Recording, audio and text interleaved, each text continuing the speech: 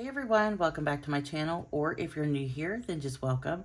My name is Michelle. In this video, I'm going to be going through yet another order that I have received for my 2026 lineup. And this one, I'm just going to be featuring what I ordered from Jet Pens, and it was the Midori Hibino. As I mentioned in my last video, I took off the annoying plastic packaging just because I don't personally like it. I'm sorry if that's something you enjoy, but for me, I'm just going to opt out of it. I'm going to go over this particular notebook, this particular planner, because this is one I was really excited about, and I'll tell you why. I really considered an A6 size for 2026. I've used tons of A6 planners in the past, and I always find that it's such a really good versatile size for me. This little planner was actually one that I was really excited to get, even though I have bought one of these previously in the past. The reason that I thought that it may suit my planner needs this year was because of its very minimal design. And there's a couple little bonus things in here that I thought that I would get a lot of use out of. Also, it is a monthly block and daily on 2 pages. And the reason that that really spoke to me was because there was enough room to accommodate what you would normally put in a larger planner, but still in the compact A6 size. Now, it is a thick planner, so I don't even know what this would look like at the end of the year. There's very few videos that I've been able to find of people completing them, so I don't know. And it is a top contender. It's not finalized yet. I'm not sure if I'm going to use this. But as I've mentioned before, if I don't end up using this, I will definitely be putting this in the stack for giveaway, so keep an eye out for that. One of the things that sold me on it was, one, the Midori paper. And I'm just going to take this jacket off really quickly. I do have a previous video somewhere in my channel, I think of another year that I got the Midori Hibino, but we're just going through it today. It does come in this really cool neutral gray color, which I absolutely love. In years past, I've always seen that they had the teal color or the mint color as well as the camel color. And in the past, I did buy the mint cover because I do genuinely like that color, but this one just speaks more to me. It does have a gold embossing here in the front as well as on the spine. So you have your year here so that when you archive it, you can easily find your 2026 year. It does have a very flexible faux leather cover, which is nice. It does have a dark brown interior. First page here is 2026 Hibino. And you have your yearly overview here for 2026 as well as 2027. On this page, you have the 2026 future log. And I'm not sure if this is one of my favorites, but it's okay. I think it's functional. Even though it's already a small planner, you can still write a ton of information on this very small grid if you choose to do that.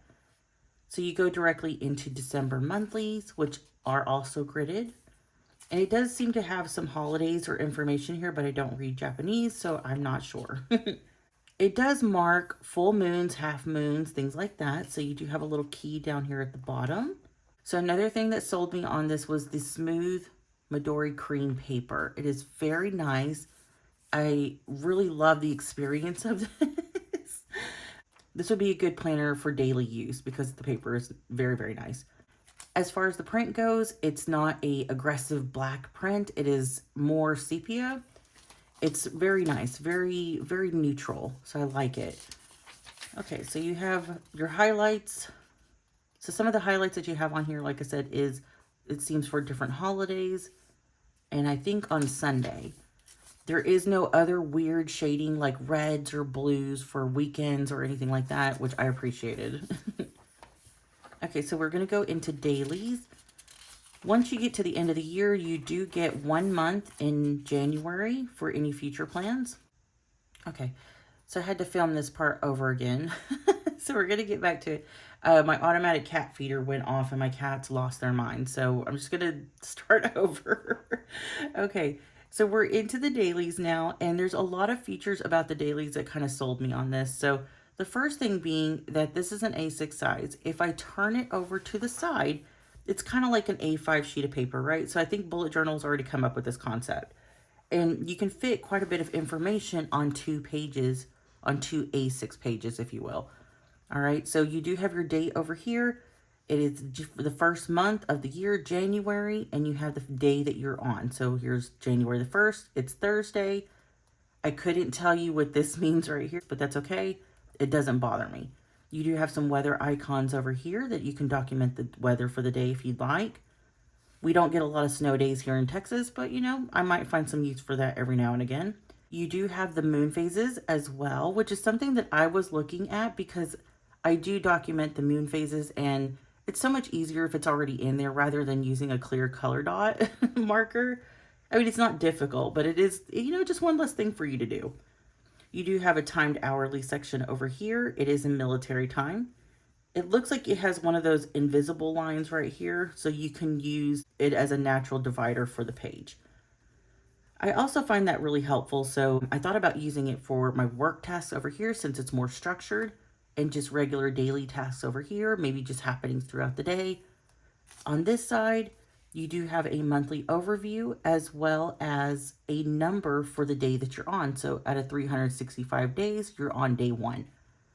It does have a subtle little tab over here for each individual month so that you can, like the little finger tabs where you can find it, find which month you're on, no problem. It also has a few subtle dots here to divide the page up. You have several here at the top vertically as well as horizontally.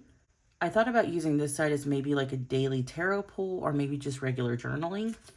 If I was able to fit everything possibly in this notebook, it would really eliminate the need for multiple notebooks. This is why it was a top contender. So I'm not sure where we're going with it, but 2.5 millimeter grid, you can fit a lot of information on there if you adhere to the grid. I don't mind writing small, but for someone who writes a bit larger, that might be an issue. Okay, so it just keeps going on throughout the year, and you get the idea. Here in the middle, it does include some ribbon bookmarks, and I've already taken the liberty of making little knots at the end of this because they do tend to fray pretty easily.